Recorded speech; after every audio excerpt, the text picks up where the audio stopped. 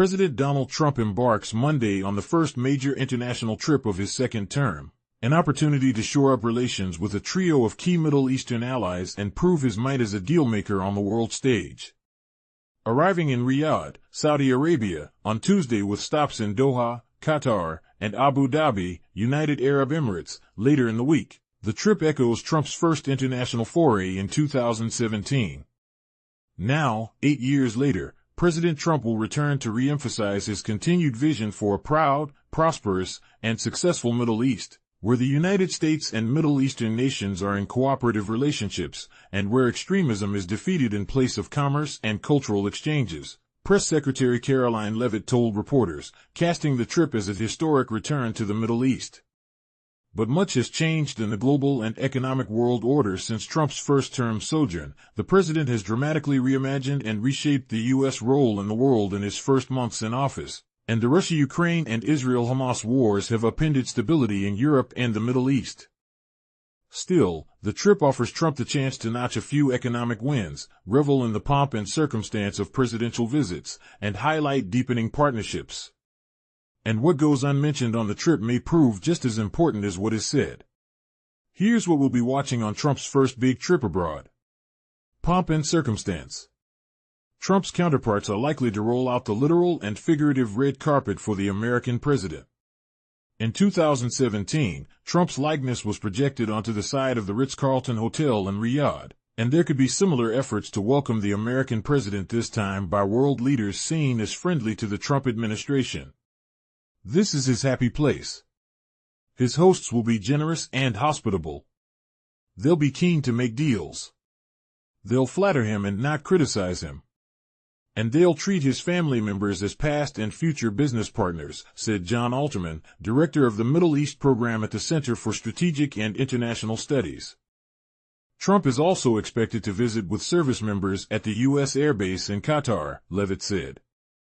During the president's 2017 trip to Saudi Arabia, an image of the Trump, Egyptian President Abdel Fattah al-Sisi and Saudi Arabian King Salman bin Abdulaziz Al Saud holding a glowing orb at a counterterrorism center in Riyadh spawned memes around the world. It remains to be seen what this trip's orb might be.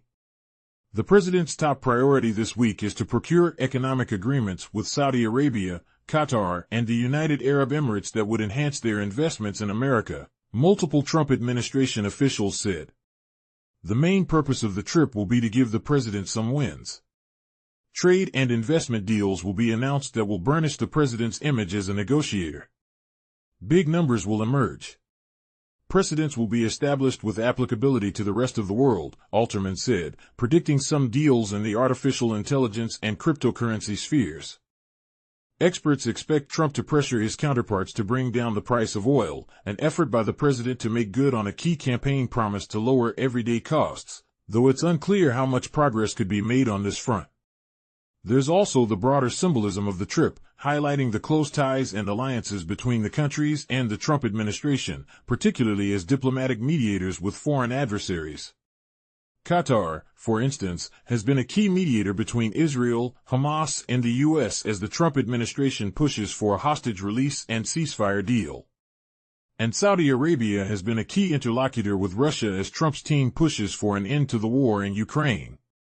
The Trump administration is also expected to soon accept a luxury plane from the Qatari royal family that will be retrofitted and used as Air Force One during the president's second term, according to two people familiar with the agreement. Following reports on the jet, Trump said Sunday night that the Defense Department plans to accept a Boeing 747-8 to replace Air Force One as a gift, free of charge. Given the massive value of a Boeing 747-8, the move is unprecedented and raises substantial ethical and legal questions. A Qatari official said the plane is technically being gifted from the Qatari Ministry of Defense to the Pentagon, describing it as a government-to-government transaction instead of a personal one. The trip comes at a critical moment for U.S. nuclear talks with Iran, led by Trump's envoy to the Middle East, Steve Witkoff, who has emerged as a top advisor and diplomat. Witkoff led a fourth round of high-stakes talks with his Iranian counterparts in Oman on Sunday.